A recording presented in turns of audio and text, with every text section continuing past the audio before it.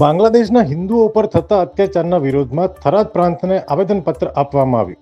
ગતરોજ થરાદમાં આનંદનગર કોલોની ખાતે હિન્દુ હિત રક્ષા સમિતિ દ્વારા આવેદનપત્ર પાઠવે તે પૂર્વે સભાનું આયોજન કરવામાં આવ્યું હતું. બાંગ્લાદેશમાં હિન્દુઓના અત્યાચારના વિરોધમાં સંતો, મહંતો, રાજકીય સામાજિક અગ્રણીઓ, વિવિધ સંગઠનો સહિત ધર્મપ્રેમી જનતા ઉપસ્થિત રહી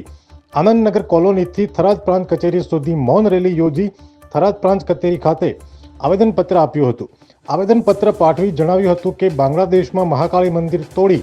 સંતોની ધરપકડ સહિત ત્રાસ ગુજરવાની ઘટનાથી હિન્દુ સમાજ અસુરક્ષિત બન્યો હોય. ભારત સરકાર વિશ્વ સ્તરે મુદ્દો ઉઠાવી હિન્દુ સમાજને સુરક્ષા પ્રદાન કરી કાયદાના અમલીકરણ કરવાની સાથે સાથે સંડોવાયેલા ગુનેગારોને સજા થાય તે માટે માંગ સાથે સંતો, મહંતો, અગ્રણીઓ, વિવિધ સંગઠનો સહિત ધર્મપ્રેમી યુવાનો, બહેનો મોટી સંખ્યામાં ઉપસ્થિત રહી હિન્દુ હિત રક્ષા સમિતિએ આવેદનપત્ર પાઠવી ઉગ્ર રજૂઆત કરી હતી. અહેવાલ અરવિંદ પુરોહિત, થરાદ, બનાસકાંઠા. આજે થરાદ જિલ્લાની અંદર થરાદ ખાતે બાંગ્લાદેશમાં છેલ્લા કેટલાક સમયથી હિન્દુ સમાજ અને અન્ય લઘુમતી ઉપર થઈ રહેલા અત્યાચારો, લૂંટફાટ અને જે આગજનનીના જે બનાવો બની રહ્યા છે અને હિન્દુ સમાજ અસુરક્ષિત થઈ રહ્યો છે, એને ધ્યાનમાં રાખીને એના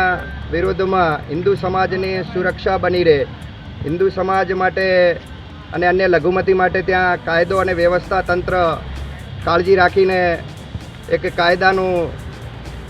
નિરાકરણ લાવે અને કાયદો બનાવે કે જેથી કરીને ત્યાંનો હિન્દુ સમાજ સુરક્ષિત રહે,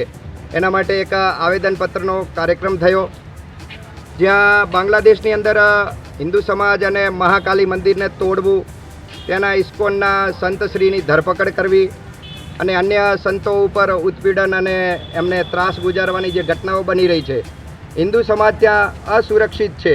એના જાનમાલને નુકસાન થઈ રહ્યું છે. એવા સમયે ભારત સરકાર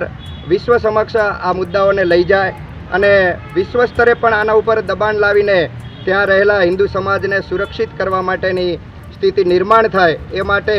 સંપૂર્ણ થરાદ જિલ્લાના હિન્દુ સમાજના સૌ સજ્જન શક્તિ, સંત સમુદાય, માતૃશક્તિ અને સૌ સાથે મળીને યુવા શક્તિ આ માંગ કરી રહી છે કે હિન્દુ સમાજના જે ભાઈઓ અને બહેનો ઉપર જે ઘટના બની રહી છે એના ઉપર રોક આવે ને એક કડકાઈથી કાયદો બને અને જે લોકો આ ઘટનાની અંદર જવાબદાર છે એવા લોકો ઉપર સજાનું પ્રાવધાન થાય ને એવા લોકોને સજા કરવામાં આવે તો જ આ ઘટનાને લઈને હિન્દુ સમાજને એક આનંદ થશે કે એના માટે કાયદો બન્યો અને જે ગુનેગાર છે એવા લોકોને સજા પ્રાપ્ત થઈ. તો એ માટેની આ માંગણી પણ આ હિત રક્ષા સમિતિના માધ્યમથી થરાદ જિલ્લાના હિન્દુ સમાજના સૌ ભાઈઓ, બહેનો અને માતૃશક્તિ એક મીડિયાના માધ્યમથી સરકાર સમક્ષ કરી રહી છે. અસ્તુ ભારત માતા કી જય.